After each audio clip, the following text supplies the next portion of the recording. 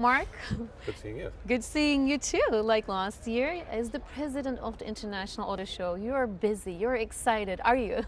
We are very excited, actually. You know, you work all year round, 12 months, in planning and strategizing on the show, and then all of a sudden you're here and you see the people coming through the doors and the amount of industry that's set up these incredible exhibits and the media that's covering it. It's all really a lot of excitement for the auto industry this year. And what's different this year than last year in terms of the show, the sponsors, the highlights? Everything it just is bigger. It's more registrations, more ticket sales, more exhibitry, more new vehicle introductions. We have 30 world introductions and another 30 North America introductions, which is extraordinary for to us to be able to show at this time of the year on it. So there's a lot of excitement on product. We're also seeing some of the products we haven't seen in years before because the economy was somewhat depressed, but you're getting cars like McLaren and the Bugattis and just, that are selling for, a lot more than what most consumers are looking for, but they've come back in a big, big way. So we're seeing those vehicles reappearing on it. And of course, just a tremendous amount of different types of products like alternate fuel vehicles and different types of segments of the market are just doing so well. And what is your expectation in terms of participation, in terms of the media coverage? How much is it up from last year? Well, we were up 10% on media registrations on a 15-day before the show. I'm sure that's continuing to grow as the days go along. So that's been extraordinary. Our advanced ticket sales to the public, which will open up on Friday, is up 20% from the year before. So there's just a lot of excitement that's out there about looking at cars and making consideration.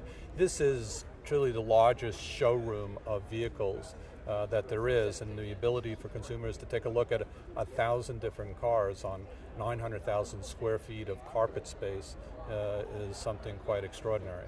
Talking about the cars and the car makers, the automotive sector, do you see the car producers making more and generating more revenues? What is the sales? How is the demand? I think it's beating, the sales is beating all expectations on it. We came out of 2007 in this country selling 17 million vehicles, and 2008, between the gas prices at that point and then the economy that was affected the United States and the whole world, we went down to about 9.5, 10 million vehicles. All predictions is that it should be around 14.5 million vehicles this year. And again, you sort of feel the excitement in the air about the economy, about the auto industry, and it'd be interesting that number doesn't even get larger as the year goes along. Now I want to do something interesting and fun for you, okay? One of my anchors, Levent, he went to Geneva to cover the International Auto Show there. Right. And we're going to say hi to him first, and I'm going to ask you a question. We're going to say hi in Turkish, okay? Okay. Merhaba. Merhaba. And his name is Levent. Levent. Okay, we're going to say Merhaba, Levent. Merhaba, Levent. Okay. And Levent was that good? Very good. Okay. You are a Turkish person, I think. I'm ready to travel. Wonderful. We expect you to go to Turkey too. And meanwhile, he told me that all the cars in Geneva, they had the carbon dioxide emission, the figures right on the door, and he was very impressed with that. Does the audience, the participant, pay attention to that here in the United States as well? Are we going to see that in those cars? Oh, absolutely. I think that's the public is very interested in fuel efficiency vehicles, safety initiatives that are going on, carbon monoxide closing. Alternate fuel, vehicles have become a much bigger part. One of the things that we do here at the New York Auto Show is we actually have a ride and drive for electric vehicles.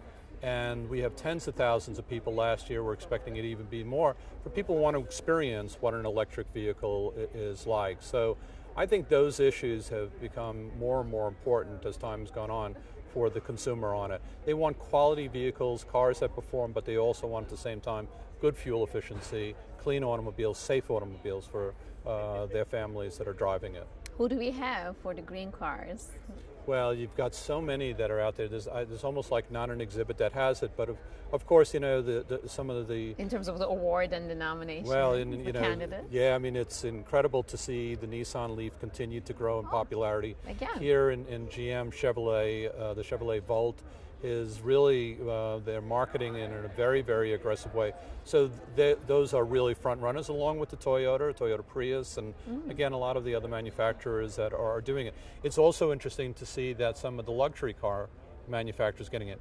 Infiniti will be introducing an all-electric luxury car at the New York Auto Show. So it's branching out into all segments of the different parts of the industry, the auto industry. Nice. And last question, the sexiest car, the most expensive car. We got to talk about this, don't we? Well, we always have to, because that's what we're... Remember last year we went to the Bugatti? Yeah. I wanted to drive that, but it was fun to be in it. Well, we've got a new Bugatti that's in, and that car actually goes, and this is going to be kind of amazing to you, but it's $1.9 million. Actually, you can actually spend a little bit more, get it with other things into about 2.4, but that's not the most expensive car. Now, it may have been the fastest car. Oh my goodness. It goes at 253 miles an hour. It goes from 0 to 60 in I think it's 3.2 seconds. 3.2 seconds. It has 1,000 horsepower, so it's an incredible car, beautiful, beautiful car. But it is not the most expensive car here at the 1.9 is not the most expensive. It's hard to believe. That's Which actually... one? Brings it down into a little bit of a lower level. The most expensive car we have here is the original Cobra, Shelby Cobra. Yes. Which was introduced here 50 years ago by Carroll Shelby himself. That car, that original car that he handmade himself, is here. It's the value of it is $25 million. I could not wait to hear the price tag. $25 million. $5 million. Unbelievable. Right. Is it a record, a near record in history? For here, it's a record. I think it's got to be a record globally for it. too. Now, again, I don't think Carroll, who's still alive, he's 93 years old, and I don't think he's giving that car up yet. But that car has been valued at $25 million. Oh my goodness. And it's being displayed right here at the Javits Center. Thank you, Mark. We're going to go see those cars, aren't we? You and I, right? Absolutely. Let's do that. Let's do that. Thank you. It was fun, as always.